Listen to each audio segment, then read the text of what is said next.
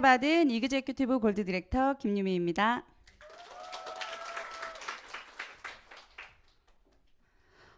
제가 지난번 강의 때는 코로나여서 이제 카메라 앞에서 굉장히 울렁증을 느끼면서 어색하게 강의를 했던 기억이 납니다. 근데 그와 다르게 오늘 굉장히 많은 분들이 오신 것 같아요. 역시 사람은 이렇게 눈을 마주치고 해야 에너지가 나는 것 같습니다. 제가 그 에너지 제대로 받아서 저의 강의를 시작해 보도록 하겠습니다. 여러분 어떻게 이 자리에 오게 되셨나요?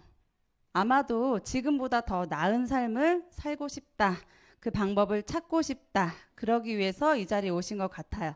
그리고 누구보다 나의 삶을 사랑하는 분이실 거라는 생각이 듭니다. 맞나요?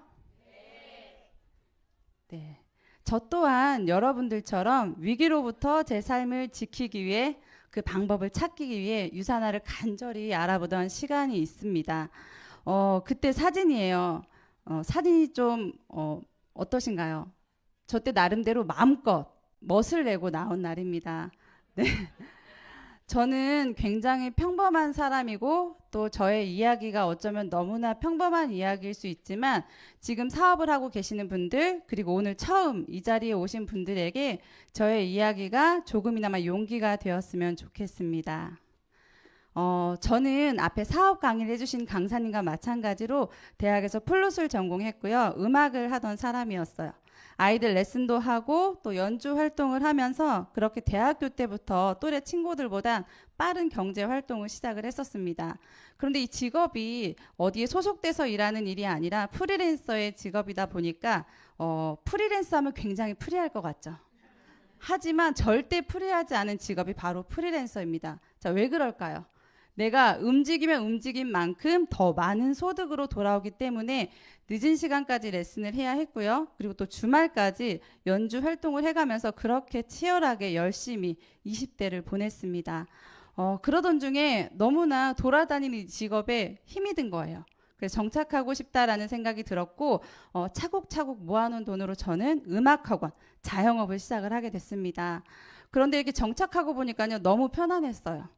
제가 아이들을 굉장히 좋아했거든요. 그래서 나름 재미있는 선생님이었고 또 친구 같은 선생님이었기 때문에 사실 굉장히 천직 같았어요. 언제까지 이랬을까요? 제가 결혼을 하고 첫 아이를 출산하기 전까지는 정말 이만한 직업이 없다라는 생각을 했습니다. 그런데 워킹맘들은 대부분 이해하실 것 같아요. 첫 아이 출산하고 직장 나갈 때 발길 떨어지시던가요? 저도 출근을 하려면 이 꼬물꼬물한 아이를 두고 나가는 게 참 쉽지가 않더라고요. 그렇게 출산을 하고 아이를 키우면서 운영을 하다 보니까 이제는 좀 아이를 잘 키우고 싶고 그리고 또 이 아이하고 오랜 시간을 함께 해주고 싶은데 이 일을 하면서 그러기엔 쉽지가 않더라고요. 근데 제가 만약에 들어간 직장이 대기업이었다라고 한다면 사실 그럼에도 불구하고 그 일을 해나갔을 거예요. 하지만 이 일의 장점이 언제든 다시 시작할 수 있다라고 그때는 착각을 했던 것 같아요. 그렇게 잘 되던 학원을 정리하고 저는 평범한 주부의 삶을 선택하게 되었습니다. 여러분 평범이라는 단어가 어떻게 들리시나요?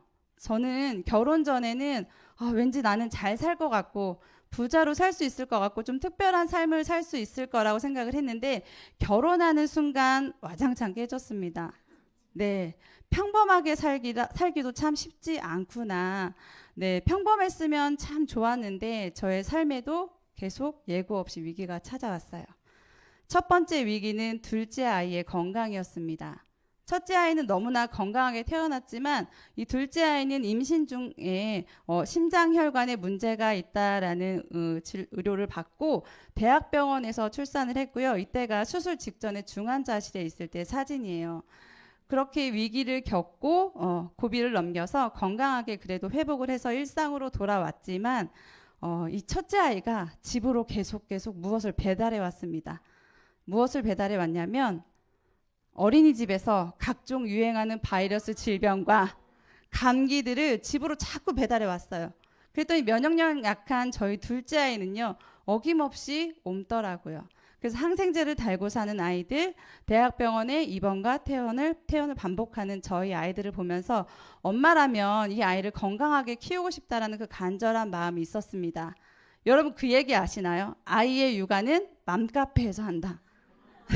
저도 그 답답한 마음을 맘카페에 글을 올렸더니 많은 분들이 공감도 해주시면서 또 거기에 유사나라는 제품을 친절히 또 소개를 해주시더라고요.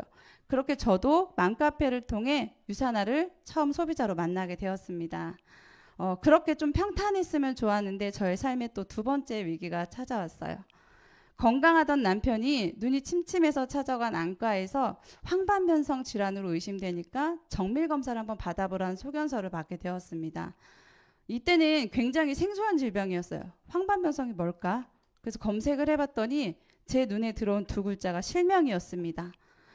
차라리 다리가 아팠으면, 차라리 말을 못했으면, 팔이 아팠으면 어땠을까? 왜 하필 눈일까라는 생각을 하면서 위기로운 건 건강 하나였지만 현실적으로 이어질 줄줄이 문제들이 너무나 많았어요.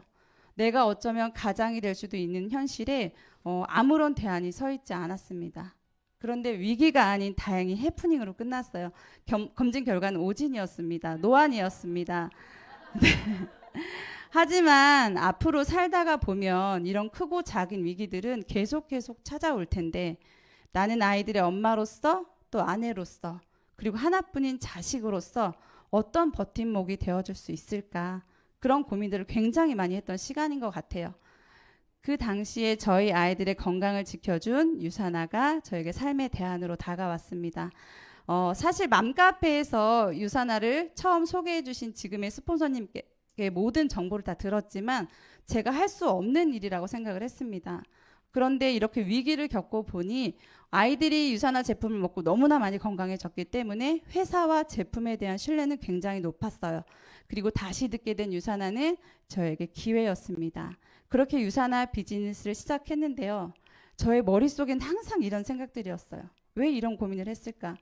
내가 과연 잘할 수 있을까? 학원을 그만두고 아이만 키운 시골 속에서 저의 자신감은요, 바닥이 되어 있었어요. 그리고 그랬기 때문에 누군가에게 말하는 두려움이 너무나 컸습니다. 그리고 가장 중요했던 부분, 제 안에 선입견들, 깨어지지가 않았어요. 아, 나 물건 파는 사람처럼 보이면 어떡하지? 나 영업하는 사람처럼 보이면 어떡하지? 너 다단계 해? 라고 물어보면 나 뭐라고 대답하지? 저 사람하고 관계가 깨지면 어떡하지? 이런 생각들로 하루에도 수십 명을 만나지 않고 머릿속으로 만나고 헤어지고를 반복하면서 생각만 하는 비즈니스를 하고 있었기 때문에 제 사업이 잘 됐을까요? 항상 제자리 걸음이었습니다. 하지만 잘하기 위해서 시작한 일이었고 잘해야 했습니다. 그래서 변화해야 했습니다. 세상에 정말 많은 직업들이 있지만 나에게 딱 맞는 직업을 찾기란 굉장히 어려운 일인 것 같아요. 그래서 수많은 직업들 속에 내가 좋아해서 선택한 일도 막상 해보면 다양한 일을 해야 되죠. 음악학원을 하기 위해 했지만 지휘도 해야 하고 떡볶이도 해야 했던 것처럼 그 일에 맞춰가기 위해 노력해야 하는 시간들이 분명히 있었습니다. 저도 저의 직업에 나를 맞춰보자라고 생각을 했어요. 그리고 많은 강사님들이 강의에서 이야기하십니다. 저는요, 낯가림이 너무 심하고요. 아는 사람도 별로 없고요. 변화하는 거 굉장히 두려워하고 앞에 나서는 거 정말 싫어합니다. 이제 강사님이 그렇게 얘기할 때마다 제일 많이 고개를 끄덕였던 게 저였던 것 같아요. 딱 저의 모습입니다. 이렇게 평범했던 저도요, 이 일을 잘하기 위해 변화하기 위한 결단이 필요했습니다. 낯가림이 심했던 저는 동네에서 동선이 딱 어린이집과 집, 요 두 곳만 왔다 갔다 하는 사람이었어요. 그런데 변화하기로 결단을 했고 아이를 데리고 놀이터에 무작정 나가서 한 번 보고 두 번 보는 아이 엄마들에게 인사도 하고 그러다 보니 집으로 초대가 돼서 커피도 한 잔씩 마시게 되고 그렇게 브런치도 먹게 되면서 저의 관계가 이제 회복되었던 것 같아요. 그리고 제 안에 가지고 있던 선입견들 깨야겠죠. 자, 왜 이런 선입견들이 있을까를 고민해봤더니 첫 번째는 확신이 부족했기 때문이었습니다. 확신이 부족했던 건 이 확신을 받을 수 있는 곳에 제가 오지 않았기 때문인데요. 바로 시스템의 부재였어요. 지방에서 서울까지 2시간, 2시간 반 정도의 거리 사실 가깝다고 하면 가깝지만 멀다고 하면 먼 곳이죠. 그렇지만 그 확신을 채울 수 있을 만한 곳이 사실 본사만한 곳이 없었기에 저는 매주 오기로 결단을 했습니다. 그런데 어쩌다 한번 올 때는 정말 큰맘 먹고 한 달 전부터 시간을 빼고 마음의 준비를 하고 왔던 이곳이 제가 매주 와야겠다라고 마음을 먹으니 정말 2, 30분 정도 거리에 되는 옆 동네 오는 마음으로 매주 본사를 오면서 저의 확신을 채워갔습니다. 자, 선입견이 있었던 저의 두 번째 이유는요. 아는 것이 부족했기 때문에.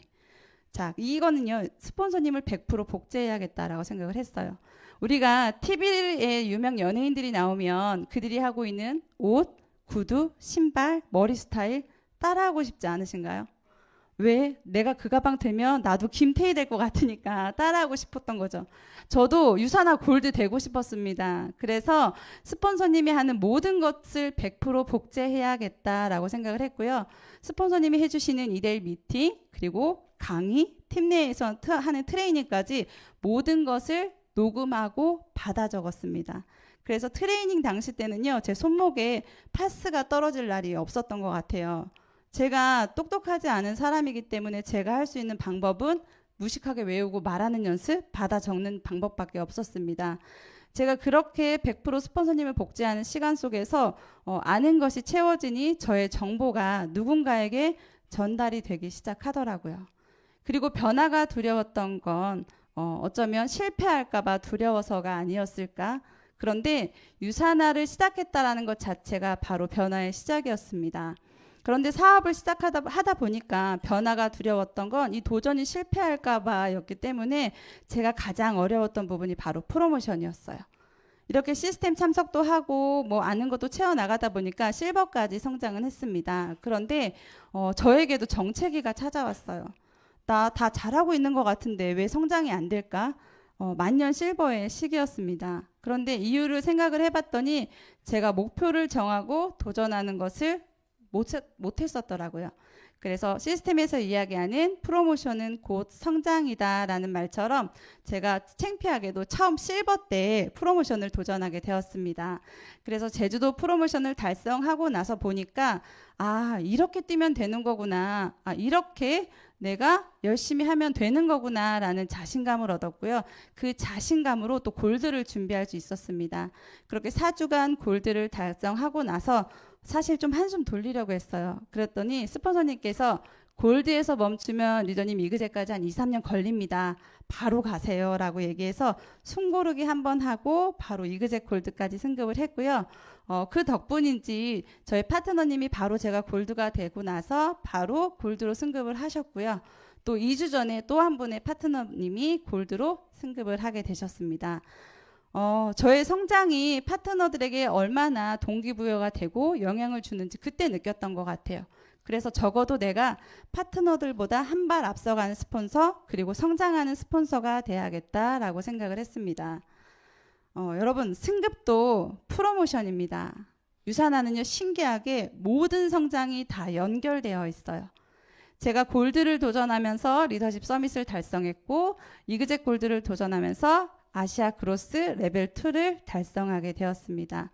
이렇게 프로모션 속에서 성장하다 보니까 작년 한 해가 정말 비행기 타는 복이 되게 많았던 것 같아요. 굉장히 감사하고 행복한 시간들이 많았는데요. 30주년 컨벤션 여행을 19년 때 다녀올 때는 파트너 3분과 다녀왔는데요. 요번 작년 여행, 컨벤션 여행에는 굉장히 많은 파트너님들과 이렇게 본사에도 가서 사진도 찍고 이렇게 호텔 안에서 파자마 파티도 하면서 굉장히 즐거운 시간을 보내고 왔어요. 그리고 컨벤션만 보고 오면 굉장히 아쉽겠죠.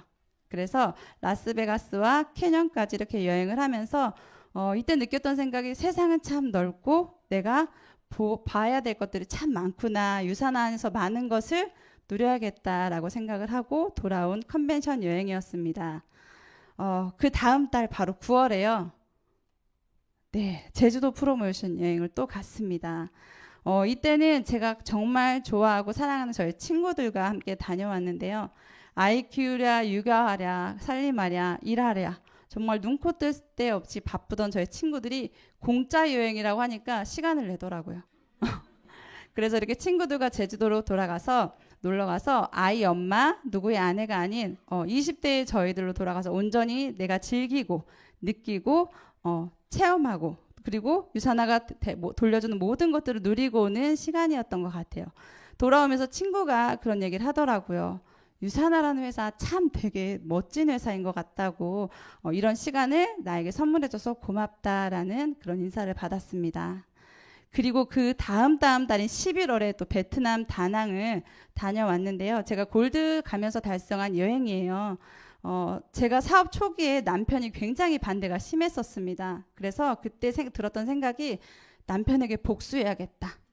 근데 나쁜 의미의 복수는 아니고요. 좋은 의미의 복수였어요. 이 남자를 깜짝 놀라게 해줘야겠다. 그 첫 번째 복수의 장소가 바로 리더십 서밋이었습니다. 복수 성공했을까요? 네, 성공했습니다. 남편은 유산하라는 회사에 놀라고, 그리고 유산하가 보내주는 여행의 세심함, 퀄리티에 놀라고, 그리고 아내가 그동안 노력해온 그 시간들, 수고에 굉장히 놀라는 시간이었어요. 그래서 이렇게 무대에 올라가서 함께 그 소감도 발표하는 시간들을 가지며 굉장히 의미 있었던 시간인 것 같아요. 그런데 더 특별한 일은 참 아내 잘 만난 남편이에요. 네, 고교 동창생을 30년 만에 서밋 여행에서 만났습니다. 그런데 이 친구분도요, 아내분 잘 만나서 서밋을 동반인으로 오신 분이세요. 네, 그때 그 인연으로 이 골드님과 어워즈 나잇에서 또 축하도 해드리면서 이렇게 좋은 인연이 되었습니다. 그래서 유산하는 정말 참 신기한 일인 것 같다라고 의미 있는 서밋 여행을 다녀왔습니다. 네, 그리고 올해 5월 사랑하는 저의 엄마와 그로스로 아테네 여행을 떠납니다. 엄마와의 단둘이 여행 누구나 꿈꾸시지 않나요? 그런데 아이가 어려서 또 시간이 없어서 또는 돈이 없어서 사실 너무나 가고 싶었지만 미뤄왔던 여행인데 그 여행을 유산하를 통해 가게 되었습니다. 딸 덕분에 처음 비행기 탄다고 지금 굉장히 설레어하는 엄마를 보면서 내가 앞으로 더 많이 성장하고 더 많은 것들을 함께 누려야겠다라는 생각을 하게 되었어요. 여러분 시작이라는 단어를 들으면 어떤 생각이 떠오르시나요? 설레임? 두려움? 저의 시작은 유산하의 시작은 99% 두려움이었습니다. 그런데 그 두려움을 넘어섰더니요. 유산하는 저의 이름을 찾게 해줬습니다. 누구의 엄마 아내가 아닌 김유미라는 이름을 이렇게 많이 불리고 살지 몰랐어요. 그리고 인정받을 줄 몰랐습니다. 그리고 가족들의 건강을 찾게 해줬어요. 태어날 때부터 굉장히 아팠던 저희 아이는요, 이제 치과와 안과 빼고는 병원 갈 일이 없습니다. 그래서 누구보다 건강한 아이가 되었고, 크고 작은 수술을 많이 받았던 저희 친정엄마도요, 이제는 보험 100세 만기로 갱신해야겠다면서 누구보다 건강한 노후를 보낼 수 있다라는 생각에 이제는 세상에서 가장 건강한 가족이 되었습니다. 그리고 경험이라는 자산도 얻었어요. 사실 유산화를 하지 않았더라면 정말 가정 내에서 누구의 아내와 자식으로서만 할 수 있는 그런 경험들만 했다라면 지금 이렇게 많은 분들 앞에서 강의도 할 수 있고요. 또 비행기도 타면서 더 큰 세상을 많이 보고 올 수 있는 그런 경험을, 자산을 얻게 되었습니다. 그리고 미래라는 단어도 얻었어요. 사실 그렇게 미래가 기대되지 않던 삶이었거든요. 그냥 어떻게 살아지겠지, 살다 보면 좋은 날 오겠지. 하지만 저의 40대가 누구보다 기대되는 그런 삶입니다. 그리고 사람을 잃지 않습니다, 여러분. 사람을 얻게 하는 일. 제가 아는 사람이 없던 사람인데 유산화를 통해서 평생 가족을 얻었고 함께 가는 팀을 얻었습니다. 두려움이라는 걸 넘어섰더니 이 많은 것을 유산화는 저에게 돌려주었습니다. 여러분, 시도해보지 않고는 누구도 자신이 얼마만큼 해낼 수 있을지 알지 못합니다. 23년 여러분 시도해보시고 누구보다 그 멋진 가능성을 펼치시는 한 해 되시길 바랍니다. 감사합니다.